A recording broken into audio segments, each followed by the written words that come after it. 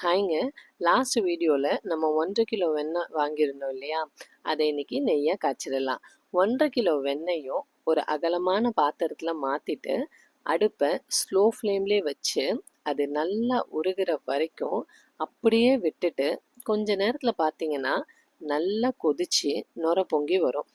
இதனோட ரெண்டாவது ஸ்டேஜு அந்த வெண்ணெயிலிருந்து அந்த நெய் பிரிஞ்சு இந்த கசடையெல்லாம் தனியாக பிரிஞ்சு வருங்க.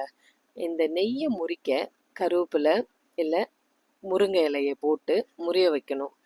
நெய் தனியாக மேலேயும் கசடு எல்லாம் கீழேயும் போய் தங்கிடும். இந்த கசடு எல்லாம் பொன்னிறமாக ஆகிற வரைக்கும் நம்ம கொஞ்ச நேரம் வெயிட் பண்ணணும். இந்த ஸ்டேஜ் பை ஸ்டேஜ் கிட்டேயே இருந்து பார்த்துக்கணுங்க. கொஞ்சம் கவனம் சிதறினாலும் நெய் பக்குவம் போயிடும். நெய்யை ஃபேக்ட்ரியில் பண்ணுறதுக்கும் ஹோம்மேடாக பண்ணுறதுக்கும் நிறைய வித்தியாசம் இருக்குது. இதை பற்றி நம்ம அடுத்த வீடியோவில் நம்ம பார்க்கலாம்.